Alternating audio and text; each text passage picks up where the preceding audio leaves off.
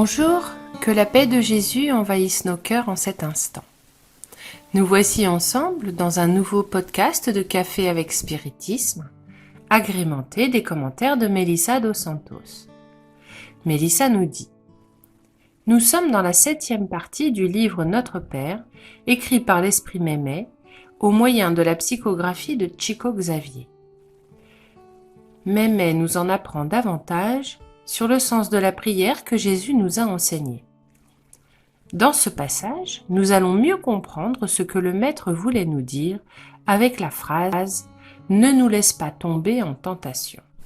Dans les précédents podcasts sur ce chapitre, nous avons vu que cette tentation peut être interprétée comme tout ce qui nous rend malade et par conséquent peut également amener le mal pour quelqu'un d'autre. Et cela peut se produire de différentes manières. Mais jusqu'à présent, en a mis en évidence quelques-uns. Et l'ignorance, la vanité, l'orgueil. Tous émergent, surviennent lorsque nous allons à l'encontre de la volonté de Dieu ou lorsque nous ne suivons pas les lois d'amour et de charité du Père Céleste. Lorsque nous cédons aux tentations qui habitent encore en nous ou dans lesquelles nous nous complaisons, souvent ensuite nous nous en repentons. Et il n'est pas rare que l'apprentissage ne vienne qu'après la visite de Sœur Douleur pour nous révéler ou essayer de nous alerter sur tout ce que nous faisons encore de mal et nous devons rechercher ce qui est bien.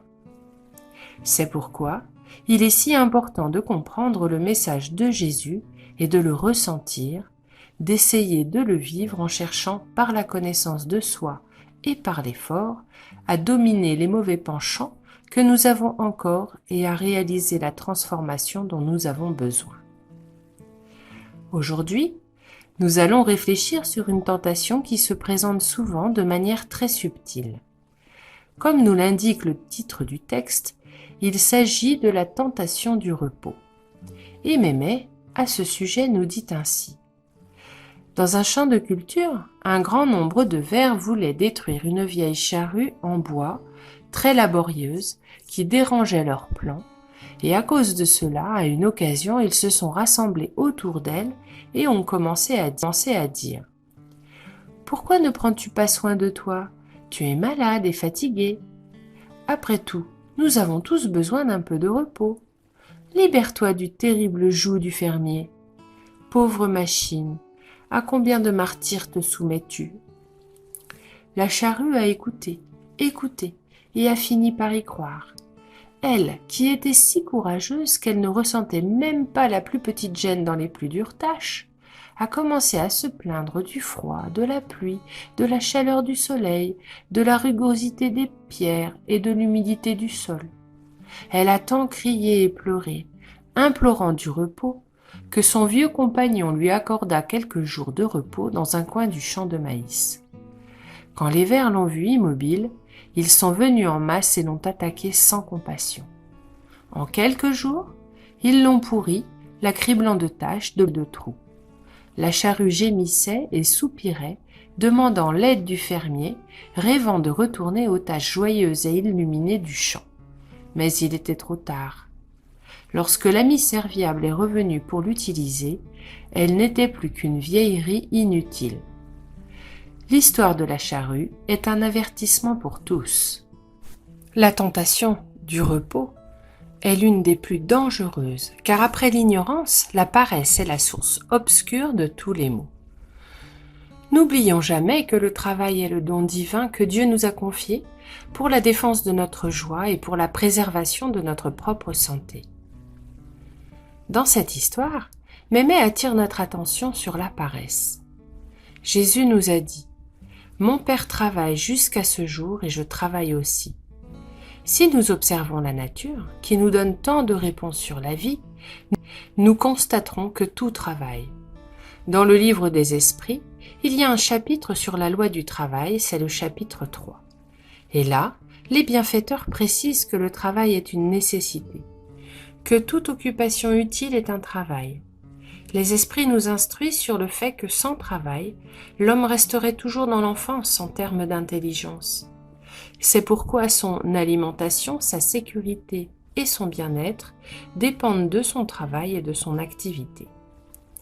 Dans le même chapitre, les esprits nous parlent de la nécessité du repos qui est aussi une loi de nature et aussi nécessaire. Il sert à réparer les forces du corps et à donner un peu plus de liberté à l'intelligence afin qu'elle s'élève au-dessus de la matière. Autrement dit, lorsque le repos est juste, alors même que nous prenons ce repos, nous travaillons. Quand ce repos est excessif, nous allons à l'encontre de la loi de Dieu et nous tombons en tentation. Il existe un texte d'André Louis, psychographié par Chico Xavier, publié dans le livre Chemin Spirit, qui, selon nous, complète bien la leçon de Mémé.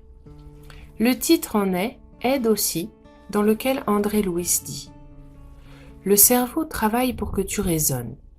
Le cœur travaille pour te soutenir, que tu te fortifies.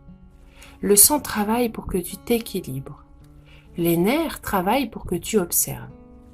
Les glandes travaillent pour que tu te contrôles. Les poumons travaillent pour que tu respires. Les os travaillent pour que tu te lèves. Les cheveux travaillent pour que tu sois protégé. L'estomac travaille pour que tu te nourrisses. Les yeux travaillent pour que tu vois. Les oreilles travaillent pour que tu entendes. La langue travaille pour que tu t'exprimes. Les mains travaillent pour que tu construises. Les pieds travaillent pour que tu te déplaces. Eu égard aux forces qui travaillent dans ton propre corps pour te servir, que fais-tu toi-même pour servir les autres? Devant la loi du Seigneur, l'acte de servir est lumière en tout lieu. Et cette loi demande en tout « aide quelqu'un maintenant ». Ainsi, celui qui ne fait rien ne s'arrête à rien. Rappelle-toi que la paresse est l'image de la mort. Toute la vie aide, aide aussi. Qu'il puisse en être ainsi, et jusqu'au prochain podcast café avec Spiritisme.